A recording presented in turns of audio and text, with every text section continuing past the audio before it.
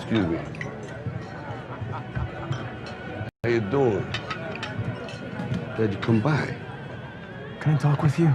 Sure. Can we do it outside?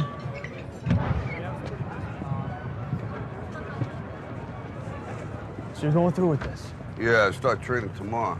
Hey, Ralph, I made some connections. I could make some money on this endorsements. Absolutely, do that. Thank you, Ralph. Sure. Okay.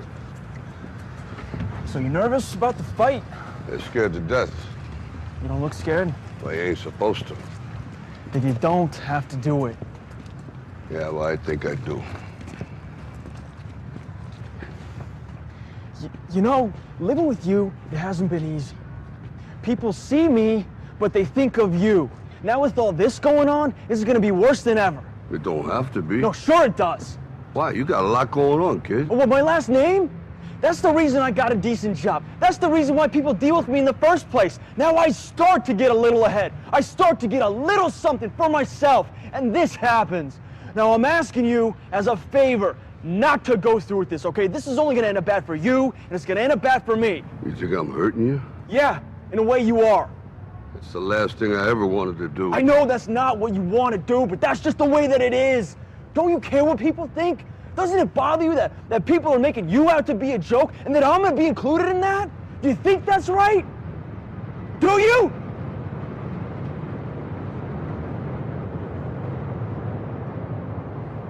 You ain't gonna believe this. But you used to fit right here. I'd hold you up and say to your mother, this kid's gonna be the best kid in the world. This kid's gonna be somebody better than anybody ever knew. And you grew up good and wonderful. It was great just watching you every day. It was like a privilege. Then the time come for you to be your own man and take on the world, and you did. But somewhere along the line, you changed. You stopped being you. You let people stick a finger in your face and tell you you're no good. And when things got hard, you started looking for something to blame, like a big shadow. Let me tell you something you already know. The world ain't all sunshine and rainbows. It's a very mean and nasty place, and I don't care how tough you are, it will beat you to your knees and keep you there permanently if you let it. You, me, or nobody is gonna hit as hard as life. But it ain't about how hard you hit. It's about how hard you can get hit and keep moving forward. How much you can take and keep moving forward. That's how winning is done. Now, if you know what you're worth, now go out and get what you're worth. But you gotta be willing to take the hits and not pointing fingers saying you ain't where you wanna be because of him or her or anybody. Cowards do that, and that ain't you. You're better than that.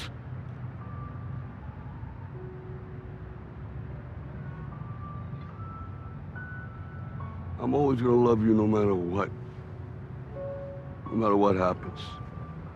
You're my son, you're my blood. You're the best thing in my life. But until you start believing in yourself, you ain't gonna have a life.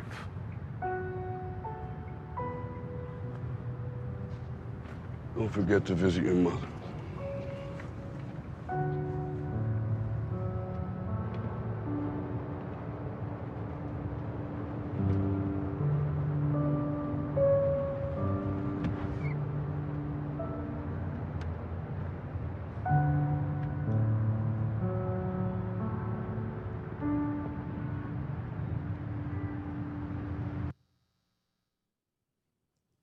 Don't forget to visit your mother. Welcome, guys. Good morning. Very good. Well, this is it. This is the last session. This is number 8. So first of all, congratulations again. You guys really showed how to man up. I know it was worth it.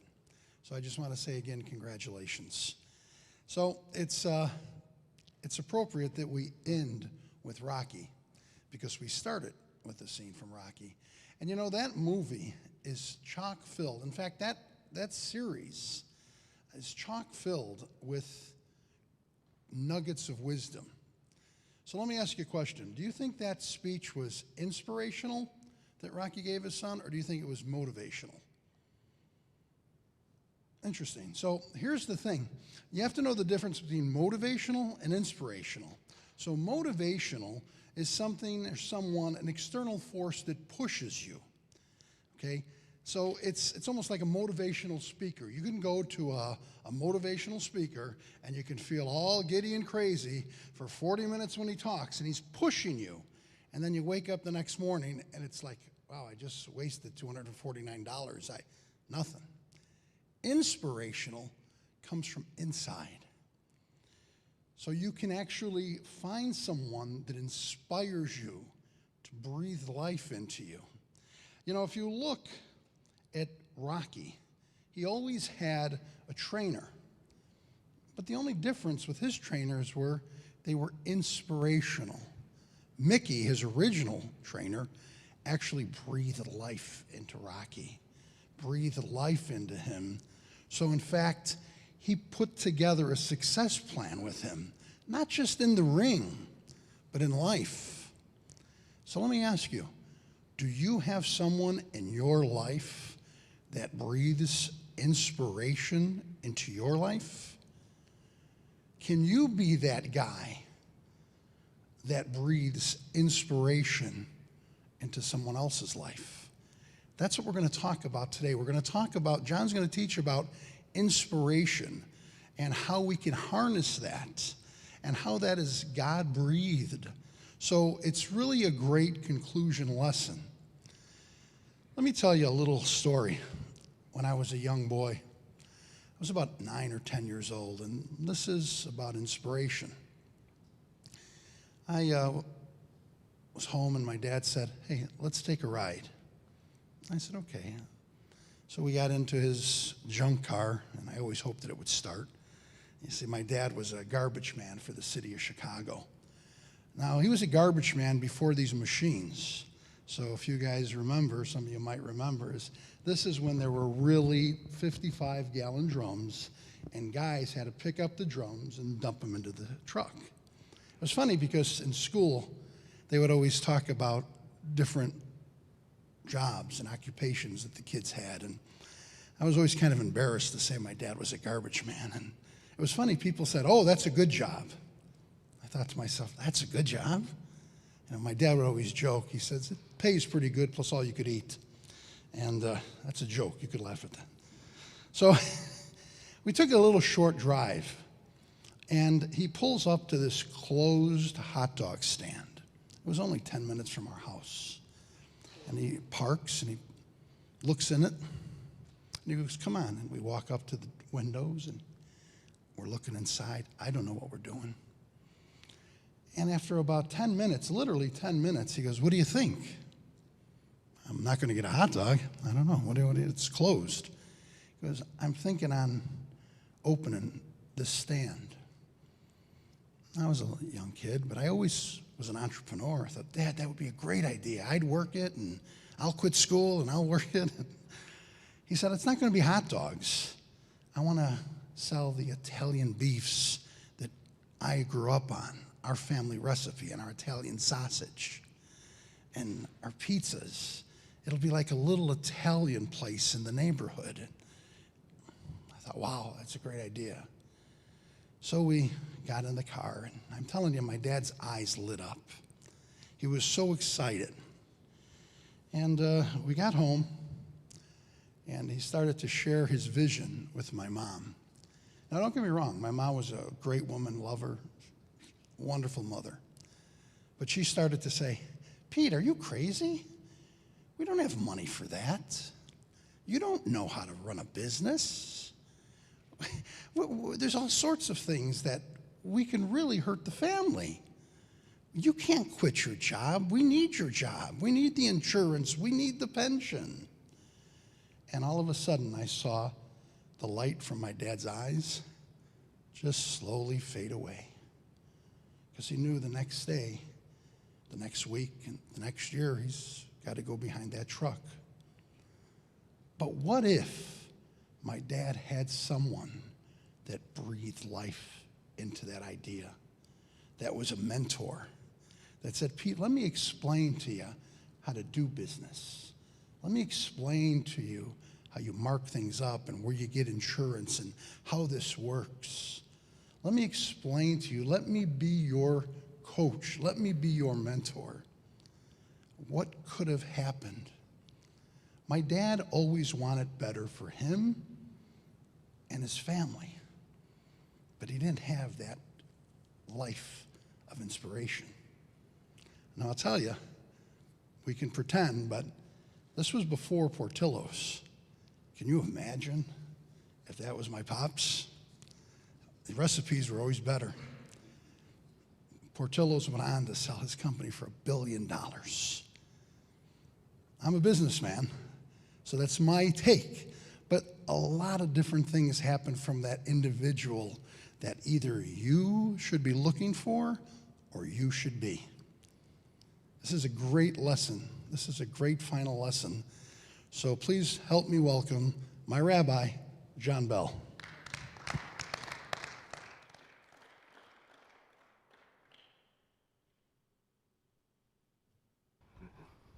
Cold out there, isn't it?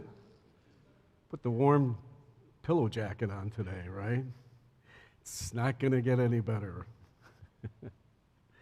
Well, thank you for being here for all these weeks. Just seeing you guys again and faces I haven't seen in a long time, and then just getting to know some of the CCC guys a lot better. So thanks for coming. This whole lesson is really what I've been trying to do from the very beginning. I've been trying to inspire you as men. And I hope that that happens. And I hope it's more than what Dean says, so that when you leave here within 24 hours, it's all dissipated. I hope it stays with you. You can all be amazing men. It's going to take you a lifetime. I'm still working at it. I know the information, I know what I should do, but I also know that I have to be transformed. And God has to provide that. And I have to believe that that can happen. I was working with a company and working with their leadership team, and the CFO, about 3 lessons in, looked at me and said, "Do you really think people can change?" Because there's a lot of people that say, people are who they are. It's fixed. And I said, absolutely. I've seen it. I've seen it over the course of my life. I've watched people change. And yes, you have to have the right information. You've got to, one of the hardest things is to keep that momentum, the motivation. And then you regularly have to have inspiration. What strikes me today is how many young men, sons and grandsons, are walking around, and here's what they believe. This is really scary. Here's what they believe. I don't measure up. I don't measure up. And even worse, nobody cares. Nobody cares. So, we've been trying to give you information and inspire you today. I want to be very practical about how to inspire others. But I want you to take this. Now, one of the ways that you're going to become an amazing man is just by practicing. And as you practice, this, people say, well, that sounds like behavior modification. No, you're doing it out of fullness. When you act out of fullness, then that's when real change takes place. Most people are acting out of emptiness.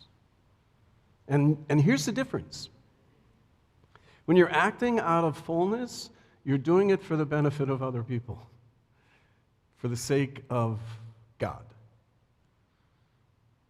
When you're doing it out of emptiness, you're doing it for yourself.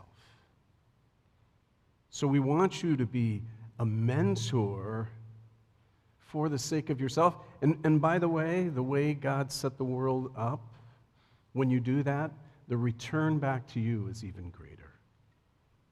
You know, I find that the more I pour into others, the more I become a channel to receive God's blessing. I tell my kids this all the time. I go, and they laugh about it because they know, you know, if I see someone that has a need and I feel prompted to meet that need, I just do it. And you know what? Invariably, it comes back to me. Sometimes double and triple. And it's not always money. It's just, you know, it's like something I need. So I want to inspire you to be inspirational. One of the best ministries we started in Naperville at the church there was we had a single moms program. This goes back, 30 years ago. And we noticed that there were single moms and there was no man in their life.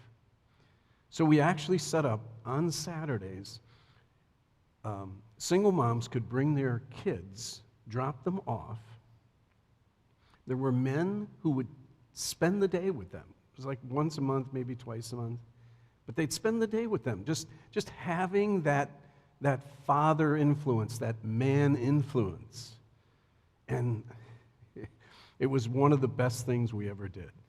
And it was so, and I'm telling you that because out in this community, there are lots of opportunities that are being overlooked, and there's lots of young men, and young women for that matter, who are uninspired, who are unmotivated, who are uninformed. So let's quickly go over what we've talked about so far. The lessons you should be practicing stickiness. Examine all your relationships. I would say going forward, maybe a 3 to 5 year goal, you should start moving towards is saying, I want 5 other guys. I want, as Dean has told you before, I want someone older, someone young. Although, for me, it's hard to find someone older at this stage. I find the people, this is how I know I'm getting old. All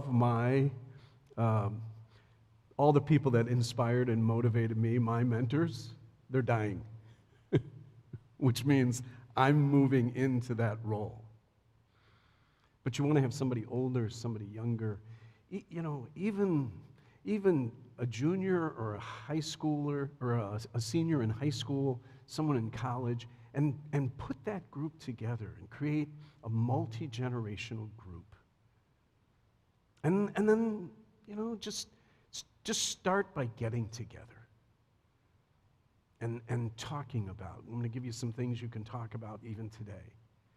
And you know what this is? You know what this last lesson is? All the lessons we've talked about are answering questions.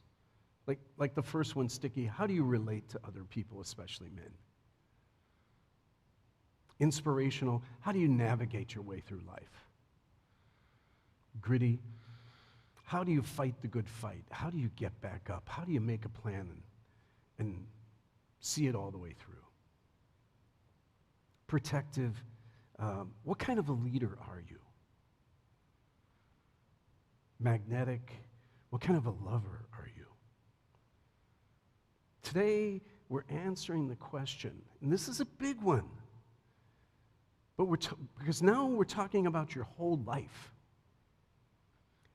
Today's lesson is, how do you invest your life? How do you invest your life?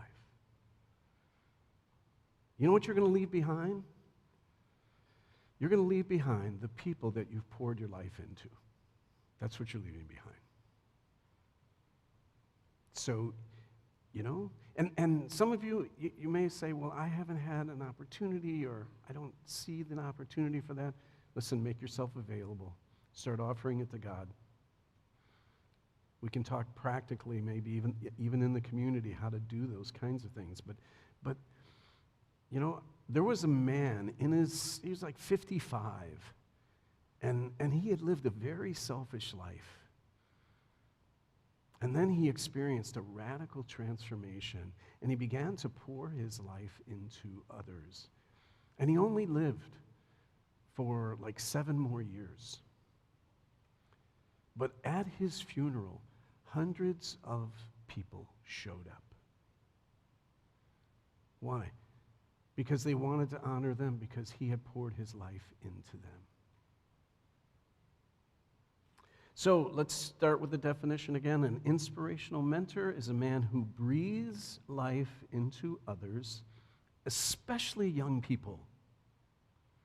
Especially young people. I'm so blessed in my life. I think back, and it almost seems coincidental, but there were men who basically would come alongside of me. And by the way, the difference between a coach and a mentor, a coach walks alongside. I've had coaches. And a mentor walks out front. Right? I mean, that's really the difference. But I had coaches and mentors, and I don't know what they saw. I honestly, I look back on it now, because I was such a smartass. I mean, I was a pain to lots of people, and I was like, really? Me? So how do you invest your life? That's the question.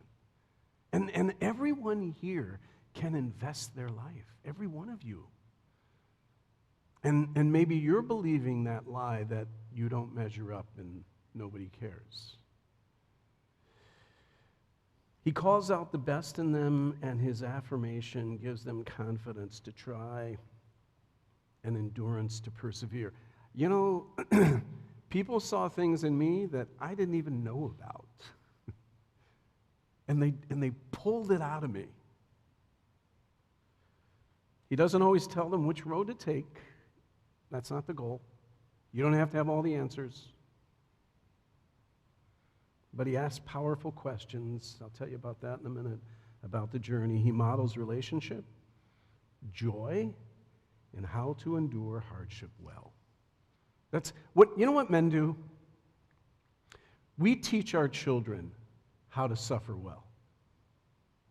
Right? I mean, you got to know that. It's not about comfort. It's about teaching people to suffer well. Because you're going to suffer. The question is, are you going to suffer well? I love the first inspiration is early in the Scripture. Genesis 2:7. The Lord God formed man out of the dust of the ground and breathed into his nostrils the breath of life, and man became a living soul. That's who you are. That's your personality. Dean and I were talking about this yesterday. This, what you see up here, this is my earth suit. It's going to wear out. It's going to wear down. But John Bell lives inside this earth suit. And this earth suit allows me to express that personality. And it's that personality. That's how you breathe into other people. Just as, you know, that's how we became living souls, because God breathed into us the breath of life. So here's what it means to inspire. First, it means to breathe life into their personality. Then it means to call out the best in them. I always think to myself, when people look me in the face, I hope they see Jesus looking back at them. You know why? Because Jesus always sees the best in everyone. To inspire encourages them to not be afraid to try, even if they fail. When I'm coaching someone and it doesn't work out the way they thought, you know what I say? First thing I say is, what did you learn? What did you learn? What's your takeaway? Because you paid for that education. And you get to try again now. Right? And that's part of that. It's part of that resilience, that ability to get back up off the ground. To inspire means to help them to be authentic, to take off any masks. Man, junior high and high school and college is such a mask-wearing time. Today's Halloween. I guarantee you that kids have been wearing, well, they're not in school right now, but when you're in junior high and high school and even college and even in the workplace later on when you start, there's a temptation to wear the mask. Why? Because everybody wants to be accepted, so people are willing to trade their authentic self for a false self. And we all know what that feels like, right? But part of what a mentor does, a mentor helps them take off the mask. Like, that's not Rocky's speech to his son. His son's trying to fit into this business world and, be somebody he's not. And his father calls it out. By the way, when you inspire people, it's not always pleasant. Sometimes, you have to give a hard speech to inspire people. You have to help them. You have to define reality for them. But you're always doing it for their benefit, not for yours. To inspire means to help them not to be afraid of what other people think. If you can help young people get past that, that's huge, right? Because we're all doing things because we're afraid of what other people think. And you just being there with them, encouraging them, is going to help them, it's going to give them confidence that they didn't have. To be authentic, not to be afraid of what other people think. That's such a phony life, isn't it? To try to live, to please other people. To inspire is to teach them to love. This is important. And love their enemies. You're learning, the two big lessons you're learning them, you're teaching them is to learn to suffer well and to love even their enemies. And we're the only people on the planet that can actually pull that off. This is a good season because, we got Republicans and we got Democrats. Dean and I were talking about this, and I'm going to talk about it tomorrow here at this church. I say to people, are you a Christian Republican or a Christian Democrat? Or are you a Republican Christian and a Democrat Christian? And the right answer is, you're a Republican Christian or you're a Democrat. Why? Because when you have two nouns together, the second one is the identifier of a person, place, or thing. That's who you really are. That's your identity. The first one simply describes it.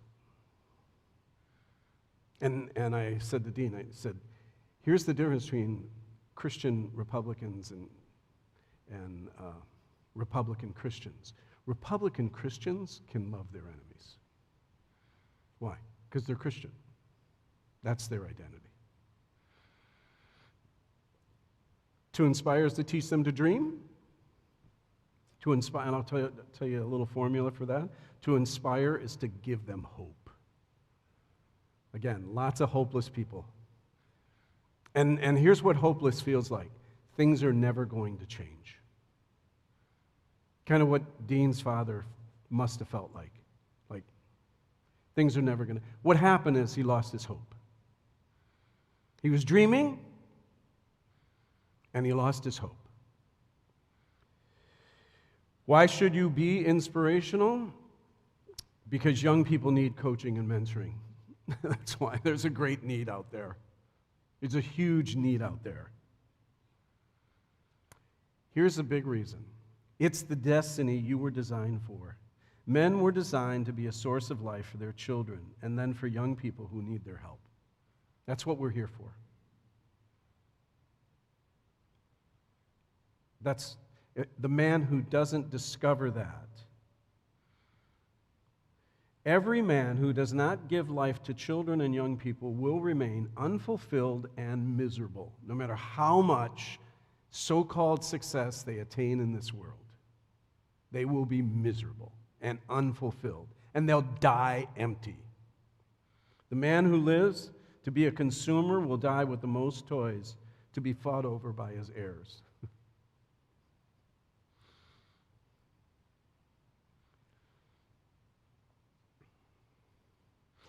Here's a big one. If you don't bring life, you bring death. That's it. You have a choice of bringing life, or you have a choice of bringing death. And when we talk about death, we're not talking about the cessation of life. We're talking about the selfish man. We're talking about the man that drains people. We're talking about the self-centered man. We're talking about the man full of self-pity. You know when you're around a person who brings death because it's just so draining. And that's death. That's what death is. The inspirational man is a portrait of the heart of God. I love Zephaniah 3:17. Here's what God says to the nation of Israel. I will be with you. What is that? Present. I am the mighty one who will save you. That is protective. He rejoices over you with delight.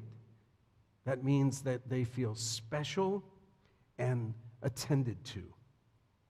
He will rest you in his love, so he knows how to quiet our hearts. He will be joyful over you with singing.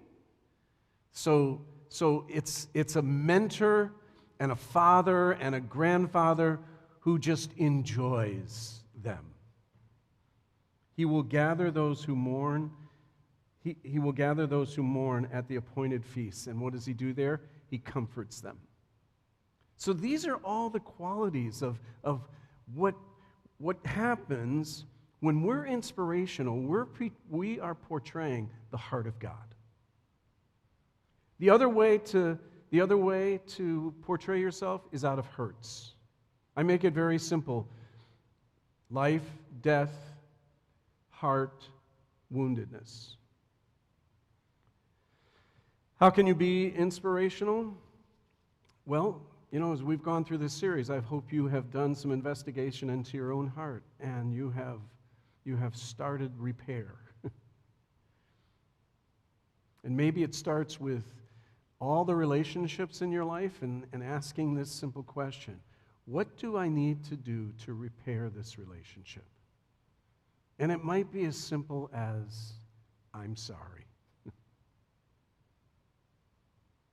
I was reading an article about Kevin Costner, who had been known as a womanizer, and now he's been married to the same woman for 15 years. And they said to him, "What's your secret?" He said, "I learned to say I'm sorry. I'm sorry. I'm sorry I hurt you. It was not my intent. I didn't have the skills necessary to move on from that." So repair. Where are you at on the maturity cycle? Are you at the infant stage? Lots of men are. Are you at the child stage? Have you learned to do hard stuff? Are you fair? Have you become an adult? Because the key sign of becoming an adult is you're fair. A person knows if they negotiate with you, you're not going to cheat. Do you know how to take care of yourself and one other person that sets you up to be a parent? Are you at the parent stage? And hopefully, I hope every man in this room becomes an elder. And I don't mean an elder of CCC. I mean an elder in life. So do some repair. Start with repair, especially relationships. What relationships in your life need repair? Because when you do that, that starts a humility which qualifies you to be a mentor and to be inspirational. Because now you are speaking out of your heart. Volunteer, we talked about that. You know, here at CCC, you guys should get together and figure out who are the young people in this community that we could reach out to. Here's what churches tend to think. We got to get more people here on Sunday morning. That's what people think. That's how churches think. We got to get more people into our... Shift it and say, what needs are out there, especially with young people, that we can start to meet? Look for someone who needs help. Become a godfather. How do you like that, Dean? Become a godfather. You know what godfather means? Co-father. There are also families where there is a dad, and that dad needs some help. And you can be a godfather. It doesn't have to be formal. You don't have to be named at their birth. You can just come alongside and help. Become an elder. Become a spiritual father. And that just, look for young people that just need some help becoming a strong believer, a strong Christian. Be generous with love and encouragement. Lead a genuine life. Ask them powerful questions. You know what a powerful question is? You know when you've asked a powerful question? When you ask the question and the person pauses and says, I never thought about that before. Ask them powerful questions. Don't solve their problems. Help them solve their problems by asking questions. Teach them a life skill. I have a friend who lives in Austin, Texas. He takes wayward boys and just teaches them, how to look people in the eye, which fork to use, how to make a reservation. It's a funny one. He was teaching them how to put something in someone's door, like a letter or, some advertising. And he says, he explained to him that, this side has the even numbers and this side has the odd numbers. And when you go down, it goes up from 1 to 3 to 5 to 7. Afterwards, this young man looked at him, 18 years old. And he said, how do you know all this stuff?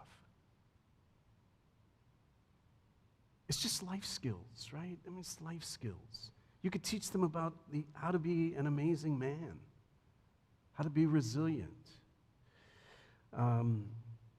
Teach them life skills. Here's a very simple one. This is coaching. This is how I taught my kids how to do stuff at the house. I would say, here's the way it works. I do, you watch. I do, you help. You do, I help. You do, I watch. And there's a fifth step. Now go and show your brother how to make the bed. We would do things like making a bed together. But I do, you watch. I do, you help. You do, I help. You do, I watch. No, you go and however long that takes. Right? And so make sure you do that. Set requirements for them. This is what I expect. We're going to do this, but this is what I expect. And pray for them. Make sure you pray for them. And then finally, here's the last thing. It's not about you. So when you get together with them, don't tell them all your war stories or your glory days. It's about them. And then last of all, you'll know it's about them because if you do something for them and they don't seem to appreciate it and you get all upset, that meant that it was about you because you didn't get the response that you wanted. Right? So just learn that in the mentoring. Again, men, it's been fabulous to be with you. I think we're going to do something a little different here at the end, give you a chance to respond back, but God bless you all. Thanks, John. There's a lot of good stuff there, right? So here's what we're going to do. So I'm going to give you a little time to think, okay? So we're going to open up the floor for questions. So think during the past 8 weeks, did you ever have a, I wonder? So you guys can think about that as I do a little housekeeping here, okay? First of all, we put a lot of energy into this, and we're not the only ones. So would you do me a favor and just show your appreciation to Paul, to Bob, and Kyle back there? Thank you, guys. We appreciate what you do. So in the beginning, remember we said, if you show up to every one of these meetings, we're going to gift you with this resource. Now, it's really difficult to talk about what's inside here because there's so much inside here. So there are some of great authors that have written things. John compiled all this. So this is kind of a great resource. This is kind of a great encyclopedia. So if, in fact, honor system here, if, in fact, you showed up to every Amazing Man series here at CCC. Oh, good excuse. So, yeah, because most of the, there were, all right. I know Tom had to miss one Okay, Saturday. all right. So he's in charge, so he's changing the rules, but he didn't tell me that until just now. So that's the case. So do me a favor, make sure John has your email, and we'll make sure you get a copy of this. Okay. Also, remember to like us on social media, because that helps other people see this. So Amazing Man Ministries, if we can throw that up one more time, Paul, I'd appreciate it. This is how you can follow us on social media, on Instagram, on Twitter, and Facebook. And plus, if you follow all those things, you get some nuggets from John regularly. So you want to do that. So what did I learn about my dad and his dream? Here's what I learned. I learned that as a young boy, when I search out a wife, I want to find a wife that supports my dreams. That's what I learned when I was 9, 10 years old. And you know what? God led me to her, and we've been married for over 32 years, and we've had some high highs and some low lows. But you know what? She's a constant support for me. And so that's wisdom that God shed with me at a very young age. All right, so have you guys had a couple minutes? Does anybody have a question that they'd like to ask John?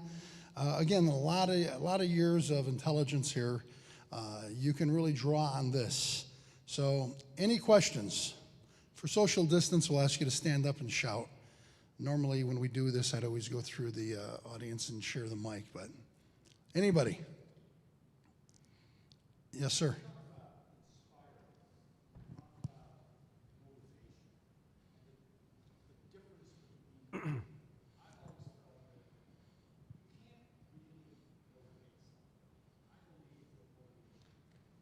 Mm-hmm.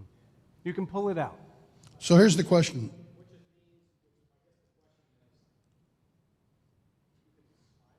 Yeah. Sure. So he asked, just so everybody could hear as well, can you expand on inspiring? What does that and mean? Motivating. And motivating. Yep. So go ahead, John. Yeah. So one of the things that we all suffer from is motivation leaks, right? So I start out like a house of fire. I'm inspired. Someone inspires me to do something. And then slowly it leaks. And so what I think disciplines are for, like part of helping people understand this is going to be hard. I'm going to inspire you. You're going to be motivated to do this. But that's going to leak because we all wear down, right? The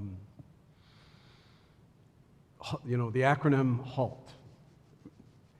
Hungry, angry, lonely, tired, right? Any of those things can just like get us off track. So I have to be inspired. I'm here to inspire you again, and then that person has to develop the strength of the motivation, and that's like going to the gym. It's like anything. It's like Dean talked about a magnet last week. Someone commented to me about that this week. They heard you, but when you don't use something, it atrophies, right? And so part of, like, I'm I was inspired, I was motivated, and I have to be inspired again. And I have, Paul writes to Timothy as a young man, and he says, remember to remind them of these things.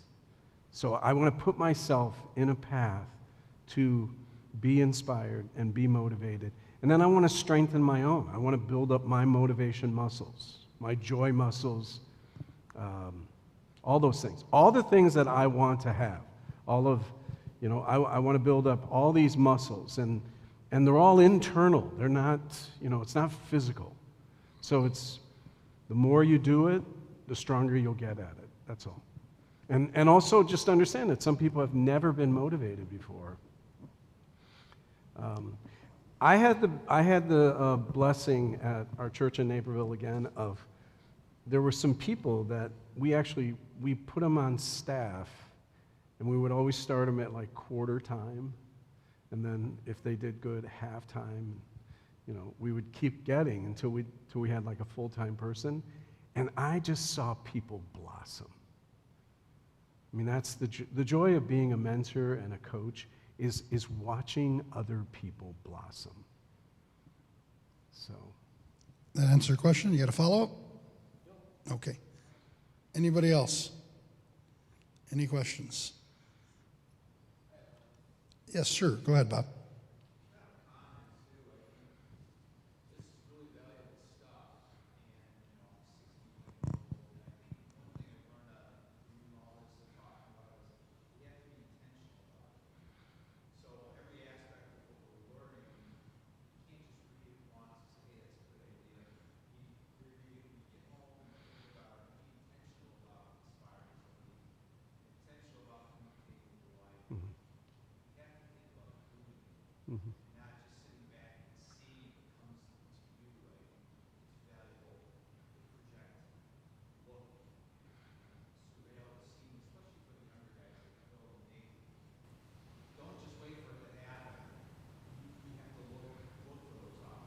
Mm-hmm.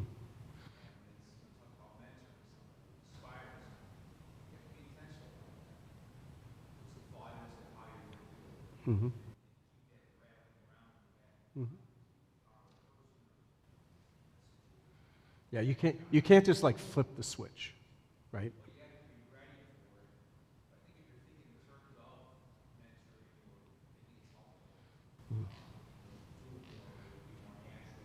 Mm-hmm. So what Bob said there is that everything that we learned, we have to be intentional in doing. So it has to be a thought that I'm going to do this. And what John said always is, this is hard. Men have to do hard things. I mean, you guys getting up early to come here, maybe not every time, but sometimes it's difficult. Sometimes, when we have to write something, I got nothing. And then God always shows up and says, here, talk about this. And it's difficult. It's difficult mentoring someone because sometimes they don't want to be mentored. I mean, they really don't. And you really have to knock on the door and say, we got some work to do. So, you got any comments on that? Well, last thing I'd say about that, here, this is, besides practicing it, as Bob says, and being intentional, I learn more when I teach than the people who hear what I'm teaching. Because, you're getting a part of what I'm learning, but, I'm having to learn how to fit the puzzle together. And as soon as I do that, it's like, oh, that's what that is. So when you're going through this with someone, this is how it comes back to you. Because you're giving it away, but not really. If anything, you're strengthening it. And again, in the mentoring role, number one, don't assume you've had to be this like giant success in life. Because the men who inspired me were not those men. Because those men usually want to spend most of the time talking about themselves. It's like, get me out of here. But But it's the guy that maybe doesn't feel like, but it's because another man comes along and puts his hand on your shoulder and says, I see something in you. That's very powerful. Any other questions? All right? Okay. Interesting, too, that people asking, you just said it when I said, I call John my rabbi, and I have for 25 years. And you know what rabbi means? It means teacher. And for 25 years, I've been listening. So he's been a mentor in my life. So he's just not up here, and many other lives. He's not up here just talking from text. He actually walks that walk. Be careful, and this is my closing thought, be careful who the world says should be your mentor. Anybody watch The Last Dance? The documentary of the Chicago Bulls? Anybody see the Michael Jordan parts? How did your opinion change, if it changed, about Michael Jordan? Really? And the world will say, this guy, I remember listening to talk radio years ago, and a gentleman called and said, I did everything to get tickets so I could show my sons the greatest man that ever lived. And I remember driving saying, what horrible information. And if you go back and you watch that, how Michael Jordan can't forgive Isaiah Thomas over a little basketball game. Believe me, he's not a giant. He's not a giant. He might be an incredible athlete. Not even might. He is an incredible athlete. But he's somebody that I would not want my children to follow. Be careful, because the world has a lot of bad examples of mentorships. So again, guys, congratulations. I'm so glad you're here. I'm really glad that you showed up all this time. If you have your group with you, it's a great time to say goodbye, or maybe say so long